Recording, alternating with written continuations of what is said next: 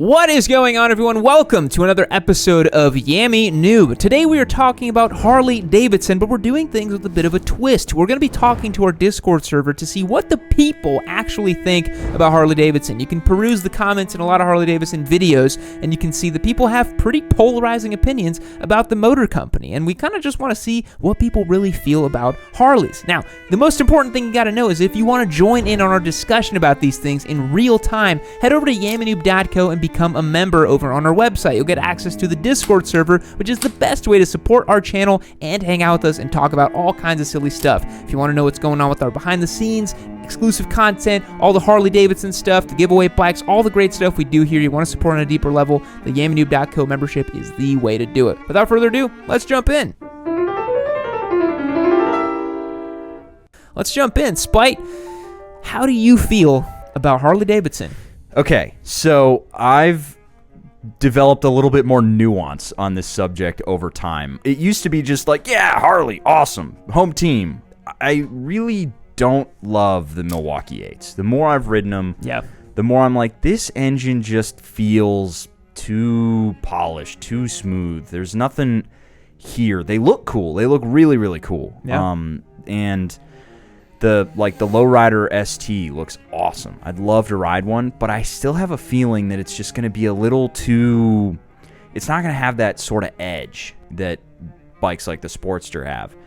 And the stuff that they're doing with the RevMax is super exciting. They're just moving at a glacial pace. The Sportster stuff, that's where it lives for Harley, for me. You cannot beat that particular motorcycle. But the problem is they can't sell them anymore because they passed Euro 2, and they can't pass anything past that. Yeah. So they can't sell them in Europe, and if they can't sell them in Europe, they can't really sell them at scale here. They paid for the R&D costs 1,000 years ago, but they are phasing out the Sportsters. They're crazy expensive too. But the thing that I really like about Harley Davidson, and this is probably more so something I've seen because I've been able to interact with a lot of people from the motor company, is the people involved in the process are really excited about what Harley's doing. You know, they're all super interested in the bikes they're making and getting out and showing people this sort of like new face of Harley Davidson, trying to really step it up and show that they're not just these big boomer bikes. Yeah. Which is really hard for them to get around. So hard. But they're putting a lot of effort into sort of reshaping this image. And I think that they're leaning a little bit on Livewire to help that out. Mm-hmm. It really comes down to, can they make an affordable sporting motorcycle? Like properly a nice sport bike that anybody could go buy. Yeah. Because they'll say, you know, I was at the Road Glide ST launch, and the guys were like, yeah, we have really good finance people. That's not going to get people on motorcycles. No. Saying that somebody can finance $30,000 worth of motorcycles is not great. I mean, some of these guys are quoting 7-year notes on bikes. I'm like, nobody should be financing a bike for 7 years, dude. Yeah. It's not a truck. That's crazy. So I think that they're slowly working their way in the right direction. I just also think they are cripplingly afraid of pissing off their ardent fan base, which is shrinking every single day. So they're at an inflection point, and my read on the situation is they're going to take it in the right direction. Yeah. How about you, though? Well, I'll be perfectly honest. I'll be brutally frank here. When you say the words Harley Davidson, when I hear that word, my brain literally plays the opening riff to Bad to the Bone. Every time I hear, there's so much wrapped up in Harley that is beyond their bikes to me that it's hard to separate it. Yes. That's the problem for me personally, of why I would never probably own one of these bikes, and the connotation and the context of which these bikes live. Because their customer base, for better or for worse, they are a peculiar side of motorcycling in America. Yeah. They are very unique in how they do things. Everything about them is unique. And, you know, they have this image of being the kind of Jimmy Buffett, Margaritaville, boomers going out to the Keys, like, you know, take your bike to Sturgis. I don't know. There's all this wrapped up in it. And then you look at the bikes that these people are ardently fans of, and you're like, well, this is yesterday's technology at tomorrow's prices. It's the common meme for Harleys. And I really do feel that up until the new Rev Max stuff, which, like you said, is very exciting. I think the Pan Am is priced great. A lot of the stuff with the Rev Max stuff is priced really well. I cannot make heads or tails of the pricing on the other stuff. Oh, no. It's Like, egregious. why is some big-ass V-twin thing $30,000, man? But they know that the customers buying it are all refinancing their houses to go and get it because they know they're going to die in 5 years. So they're like, whatever. I think for me to get excited about Harley, because right now, again, I'm not really at all, they'd have to make a entry-level sporting motorcycle, something akin to a Trident 660, MT-07, or a 660, something in that ballpark, right? And then also a Royal Enfield-style entry-level bike. I think they just need a proper entry-level motorcycle, period, full stop, end of story. Yes. They don't have one. No, they don't. I keep hearing that the 975 Come on, dude. is a starter bike. No. Hell no. No. You should never start on a Rev Max. That No. engine will just chew you up and spit you out. It's also like $13,000, and it's like way too much bike for a beginner. It's not a beginner bike. Let's be perfectly frank. So, yeah, I think they need to make. And the other issue with the Harley is, in my opinion, is they're too dedicated to the V-twin thing. Yeah. Try a different engine. Just try. Just give it a shot, you know? And they're doing that with their white label Chinese bikes. They're doing the parallel twins and those sort of things. Make a 500cc parallel twin. Who's gonna care? Well, your old ass cut. They're still buying Road Kings. They're fine. Yeah, as long as you got a Road King for them. Yeah, as long as you got Road Kings and Tri-Glides, because more of them are gonna need it. Just keep that going. So that's my issue with Harley. But I will say, having said all that, I have developed a bit of a soft spot for the Sportster line specifically because it's such a cool, charming little thing. It's got a lot of character and pizzazz, and it's so weird and stupid to ride. Despite its badness, it's still fun to just turn it on. Yeah, it's really cool to turn it on. Nothing quite like it. But now's where we hand it off to the Discord boys, which should be interesting. Devin the Dirt Turd. All right, Devin the Dirt Turd here is first. Harley Davidson motorcycles are slow and leak oil. They're ridden by retired squids who keep Fred Meyer's coupons for Busch Light and still buy hard copies of Leonard Skinner. At least the KLR burns its oil. Ooh, brutal opinion there. Ouch. So Devin the Dirt Turd here is saying that they're slow and they leak oil. I will say they are slow. Yes. People, I mean, other than the Pan Am and the new Sportster, most of them are pretty freaking slow. Yeah, honestly, it was kind of illuminating riding. I did a big pull on the Sportster through 4 gears, and I looked down. I'm doing 100 miles an hour, and if I did that on any other motorcycle, I'd be deep into the triple digits. Yeah, so they are slow Not motorcycles. on a Royal Enfield, though. Nope, on a Royal Enfield, you'd never see triple digits. I genuinely don't think it can do it. Yeah, honestly, maybe tucking really hard and really believing. Maybe. Down a hill, too. Look, we should just take it to the toll road and find out. For science, yeah. Full Metal Corgi.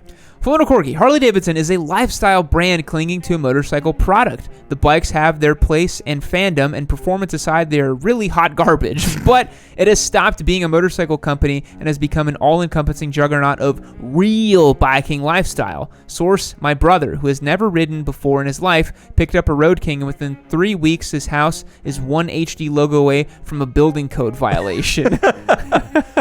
Yeah, it's like, I think for a lot of guys, they hit their mid-30s, mid-40s, and they're like, I need something to spice up my personality a little bit. Let me get a frickin' Road King, you know? It's impossible. It's impossible to walk out of a Harley Davidson dealership with the keys to a new bike and not have a bag full of Harley.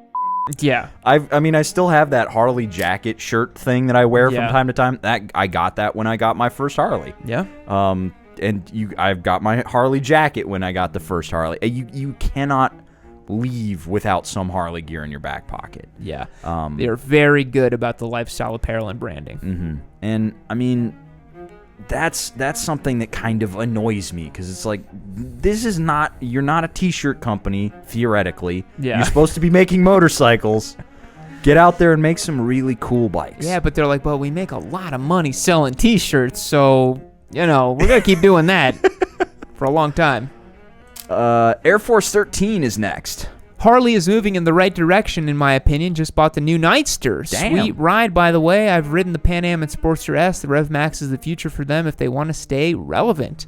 Cool. 100%. Nightster owner right here. And yeah, I totally agree. The Rev Max is going to be the way they go, which is why whenever the new, what is it, the Lowrider ST, whenever it came out, I thought it was going to be a CVO with the Rev Max, like some Giga Rev Max. And I was like, damn, this is going to be badass. And I was like, nope.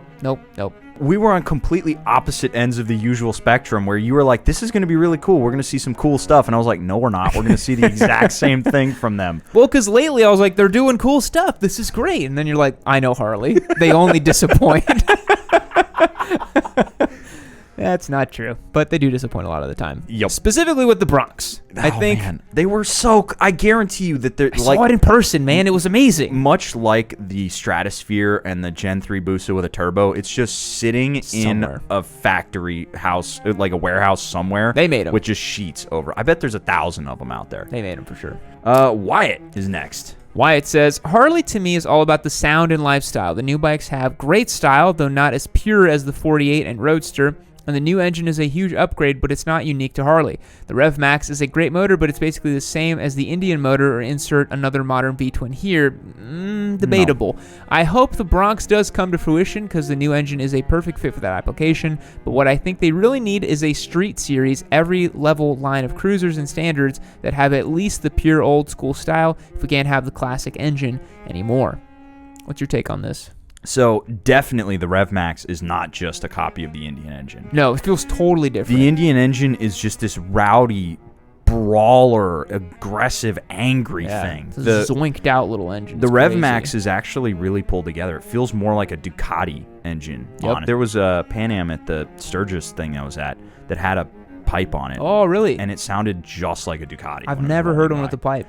It was crazy. I like literally I was talking with our guy from Harley, and it went by, and I was like, oh, is that a Ducati? Oh, no, it's a Harley. It sounds just like a Ducati. So weird. And then for the street line, yeah, they definitely need something that anyone can attain. Yes. And I don't think that's going to be a V-twin. I think it's got to be a parallel twin of some kind. Yeah, they just need to make a $8,000-ish parallel twin entry-level bike. That's it. I mean, just figure out which company, I can't remember whether it's QJ or CF. CF or QJ. That's got the KTM parallel twins. Just steal those and put them in a Harley and be done. Yeah. Hacksaw SF. They say, I rode a Harley Davidson for being willing to finance something with less than stellar credit history. My first bike was an XR 1200 Sportster, which I loved until I broke it. When that happened, they worked with me again to get on a new Sportster, and for that I am grateful, but I cannot wait to be able to get a different style bike. If they would get off their asses and make the Bronx, I would sing their praises. Also go trade my Sportster in today, but they have let me down. I've considered Pan Am now that my credit is on track, but I have a hard time justifying that spend when the Africa Twin exists. That's fair too. I mean, you don't need a $20,000 ADV when you can get a $15,000 one that does basically the same thing. But this thing about Harley and the credit history and the financing is very interesting too. Yeah. That's where they get people. They will finance anybody for any length of time you want. Yeah. Anytime you probably shouldn't finance. They will literally work magic. Yeah. No, doesn't matter what your credit score is, they'll get you out on a Road King. Because they have their own financing company. Eagle Mark Savings Bank. Yeah, it's a whole bank that they're like, we'll take anybody, because they're just like, well, we'll just come, chop your legs off and repo the bike if you don't pay us back, so whatever. And they'll happily charge you 13% interest. 13 is where it starts. They're like 28% interest. It's like a high interest credit card, except it's a motorcycle. In this market, with what the Fed's doing, Harley's like, all right, 30% interest for your Road King. Humongous is next. I kind of think of Harley like STDs. I don't really want one, but everyone, someone has had one, and most times they have a good stories behind them. That's actually a funny way of thinking about Harleys. Yeah, they are like STDs. You don't really want one, but somebody knows probably had one.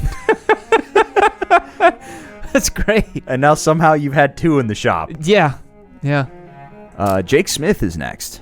Says, thoughts on Harley? Great used deals from their aging demographic, and the aftermarket is awesome. What they are doing now is interesting, but I've never bought anything from a dealer other than an odd part. It's not like I hate their bikes. They are 3 of my 4, but I don't see any value in the new models versus their old. I'm glad they're updating, however. They needed to. I still remember Indian just dunking all over Harley in flat track. Yep. Yeah. Very fair points here. I also, Harley's doing this King of the Baggers stuff, but they need a race program that's not just we are competing in a event that we made up. Yeah. They need to go compete against actual other motorcycles, and they need to build a bike that's competitive. What's Bring cool back is the R1000. the Screaming Eagle guys that I talked to from Moto America, or at Moto America, they basically feel that if they prove enough of their chops with the bagger bikes, that they're going to be able to convince them to make a real race bike, you know? I really think if they built that kind of $8,000 parallel twin bike and made like a Twins Cup style bike, a lot of people get excited about that. Yeah. Make an R7 style bike. Why not? That would be so wild. Imagine like an R7 in like white and black fairings with just the big bar and shield on the side of it. You know it'd look cool.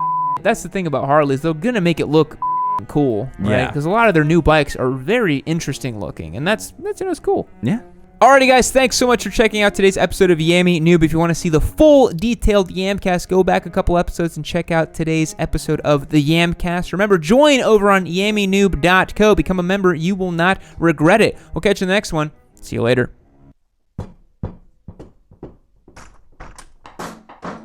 Keep watching Yammy Noob.